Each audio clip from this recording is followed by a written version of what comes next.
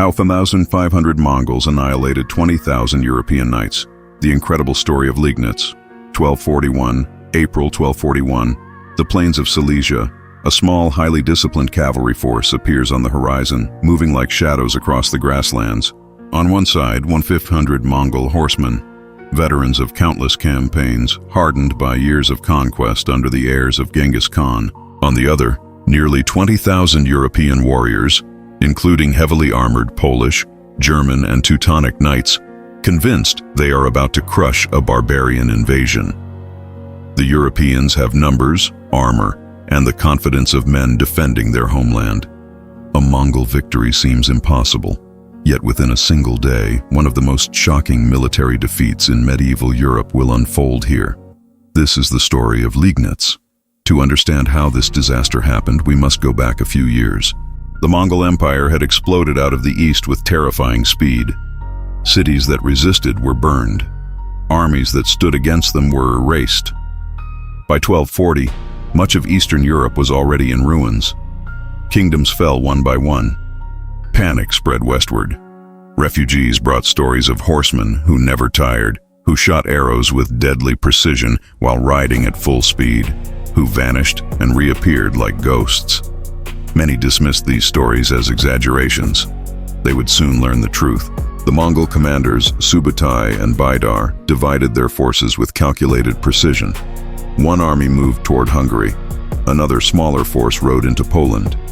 Their objective was not occupation, it was disruption. Prevent European kingdoms from uniting. Destroy any army that dared to assemble. Duke Henry II of Silesia answered the call. He gathered what forces he could: Polish infantry, local levies, bands of miners, German mercenaries, and contingents of heavily armored knights. Reinforcements from the Teutonic Order joined him. In total, nearly 20,000 men assembled near the town of Lignets. They believed sheer weight of steel would break the invaders. The Mongols arrived first. They did not wait behind walls. They did not dig trenches. They positioned themselves on open ground. It was deliberate. Everything was deliberate. At dawn on April 9th, the European army advanced. Banners fluttered, armor gleamed. The knights formed their charge lines. Trumpets sounded. The ground trembled as heavy cavalry began to move. The Mongols responded not with a charge, but with silence. Then the arrows came. Wave after wave of mounted archers galloped forward, loosed their arrows, and retreated before the knights could close the distance. The sky darkened with shafts. Horses screamed. Gaps opened in the advancing lines. Frustration turned to anger. The knights charged harder. The Mongols fell back. It looked like retreat. It was not. The European cavalry broke formation in pursuit. Discipline dissolved. Units separated. Communication collapsed. The Mongols split into smaller groups, circling, firing constantly.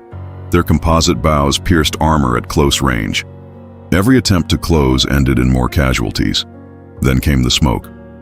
Mongol troops ignited smoke bombs, thick clouds rolling across the field. Visibility vanished. Orders could not be heard.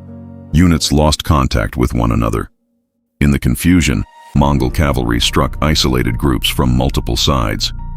Duke Henry tried to regroup his forces. He gathered his knights for one decisive push. For a moment, it seemed possible. The armored charge smashed into a Mongol detachment and broke through. But it was another trap. Fresh Mongol reserves appeared on the flanks. Arrows rained down at point-blank range. Horses collapsed beneath their riders. Knights trapped under their own armor were finished where they lay. By midday, the European army was surrounded. What began as confidence turned into panic. Infantry attempted to flee. Knights tried to withdraw in small clusters. The Mongols pursued relentlessly, cutting down fugitives across the fields. There was no organized retreat, only slaughter. Duke Henry II was killed in the chaos. His body was later identified only by a distinctive sixth toe. His head was severed and displayed as proof of victory. By evening, the field of Lignets was silent. Nearly the entire European force had been destroyed. Thousands lay dead. The Mongols had lost only a fraction of their men. Lignets was more than a battle. It was a demonstration. Mobility over mass, discipline over pride, strategy over brute force. Europe had believed heavy cavalry was unstoppable. The Mongols proved otherwise, and yet in a twist of history, they did not press further west. News arrived that the great Khan had died in Mongolia. The princes were required to return east to decide succession. The invasion halted. Europe was spared not by victory, but by distance and politics. Had the Mongols continued, the map of Europe might look very different today. Lignets remains a warning written in blood. Numbers alone do not win wars. Arrogance can be fatal, and sometimes the smallest army on the field is the one that changes history forever.